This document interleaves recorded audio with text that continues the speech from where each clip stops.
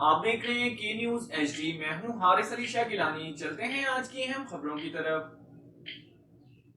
رخ کریں گے رینالہ خورد کا۔ رینالہ خورد بائی پاس کے قریب دو ڈاکوؤں نے راہگیروں کو لوٹنا شروع کر دیا تھا۔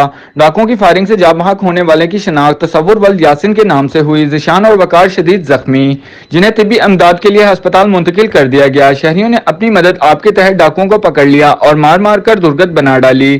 پولیس کی ہمیشہ کی طرح سست روی کا شکار پولیس نے جائے وقوع پر تاخیر سے پہنچی تو ڈاکوؤں کی فائرنگ سے جاں بحق ہونے والے کے لواحقین نے لاش کو نیشنل ہائی وے پر موٹر وے کو بند کر دیا، جس کی وجہ سے ٹریفک کی لمبی لمبی لائنیں لگ گئیں۔ لواحقین کا کہنا تھا S H O city Javed Khan کو ان ڈاکوؤں کا پتہ تھا، لیکن اس لیے گرفتار نہیں کیا کہ ہمارا احتجاج تب تک رہے گا جب تک ایس ایچ او کے خلاف مقدمہ درج نہ کیا گیا، تب تک ہمارا احتجاج جاری رہے گا۔ لواحقین نے آر پی او ساہیوال اور ڈی پی او اکاڑا سے مطالبہ کیا ہے کہ ایس ایچ او سٹی کی نااہلی کی وجہ سے یہ واقعہ پیش آیا، اس کے خلاف مقدمہ درج کر کے ہمیں انصاف دیا جائے۔